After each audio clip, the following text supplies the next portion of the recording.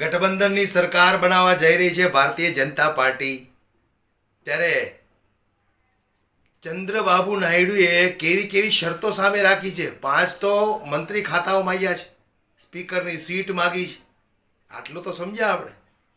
પણ એવા ઘણા બધા મુદ્દાઓ નરેન્દ્રભાઈ મોદી સામે રાખ્યા છે કે ભાઈ ઓબીસી અનામતમાંથી 4% અનામત મુસ્લિમોને આપવાનું, કબ્રસ્તાન માટે દરેક ગામની અંદર જગ્યા આપવાની, 50 પાર કરેલા લોકોને પેન્શન આપવાનું, ઇમામોને દર મહિને 10,000 રૂપિયા આપવાના, દરગાહમાં દર મહિને 5,000 રૂપિયા આપવાના, દર વર્ષે 100 કરોડનું ફંડ મુસ્લિમ સમાજ ટ્રસ્ટમાં આપવાનું,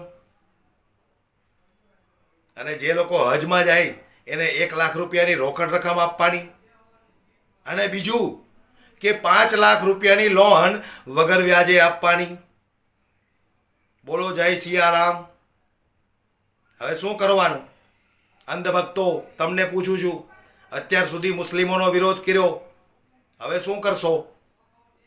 પણ અંધભક્તો ગોબર ચાટવાની આદત છે એટલે આ પણ ચાટી લેશે કે આકાએ કીધું છે કે આપવાનું છે એટલે આપવાનું. અને ગોબર ભક્તો શું કહે છે ખબર છે? એકચ્યુઅલી આ મુસ્લિમ તો આપણા ભાઈઓ જ કહેવાય ને, આપણે બધા તો ભારતમાં રહીએ છીએ એટલે એકચ્યુઅલી આપણે તો કંઈ વાંધો નથી અમને, બરાબર ને અંધભક્તો? હવે તમારા મોઢામાંથી આ જ શબ્દો નીકળવા પડે, બીજા કોઈ શબ્દ નીકળશે તો તમારા આકા નારાજ થઈ જશે. એક સમયે તમારા આકા જે રીતે ચંદ્રબાબુ નાયડુને કોસતા હતા, આતંકવાદી કહેતા હતા, આજે એ જ ચંદ્રબાબુ નાયડુનો સહારો લઈને સરકાર બનાવવી પડે છે. ત્યારે નરેન્દ્રભાઈ મોદીના હિન્દુની બદલે મુસ્લિમ સમર્થકો થઈ ગયા છે. ચંદ્રબાબુ નાયડુ તો નમાજ અદા કરવા પણ જાય છે. ત્યારે અંધભક્તોની અંદર તો જ્વાળામુખી ફાટતો હશે, પરંતુ શું કરવું? આકાએ કીધું છે એટલે ગળે તો લગાડવા પડશે, બરાબર કે નહીં? અત્યાર સુધી જોરશોરથી વિરોધ કર્યો હતો. ક્યાં છે પેલી ફાજલ હિન્દુસ્તાની જે સલીમ અકબર જાવેદનો વિરોધ કરતી હતી? હવે એ પણ બોલતી બંધ થઈ જશે, એમના મોઢા ઉપર પણ ટેપ લાગી જશે, બરાબર કે નહીં?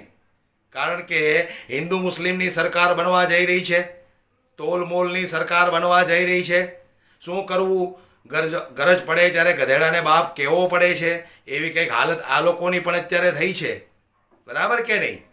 વધુમાં વધુ વિડીયોને સાથે સાથે શેર કરતા જજો દોસ્તો, જેથી કરીને અંધભક્તોને સહન કરવાની શક્તિ મળે.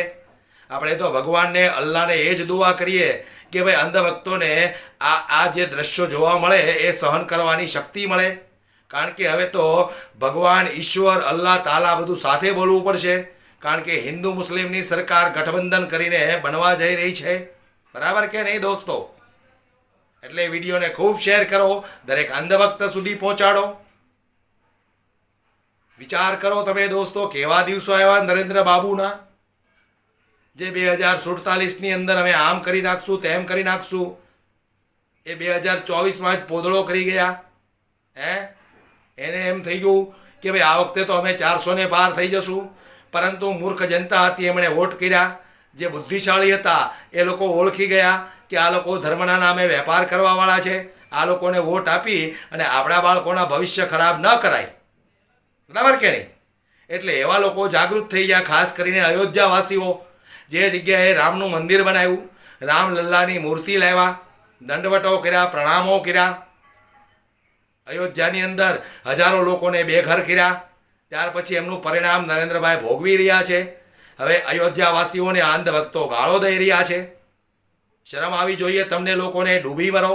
તમારા કરતાં તો અયોધ્યાવાસીઓ સારા કે જાગૃત થઈ ગયા પોતાના બાળકોના ભવિષ્યને લઈને. પણ તમારે શું છે, ગમે એવી મોંઘવારી વધે, આપણે મહેનત વધારે કરશું, કારણ કે હું પાક્કો ગુજરાતી, બરાબર કે નહીં? તો પછી સહન કરો હવે આવતા 5 વર્ષ સુધી. પરંતુ હિન્દુ મુસ્લિમની સરકાર બનવા જઈ રહી છે એ વાતને તમે ભૂલી ન જતા, બરાબર કે નહીં દોસ્તો? ચાલવા દો ત્યારે.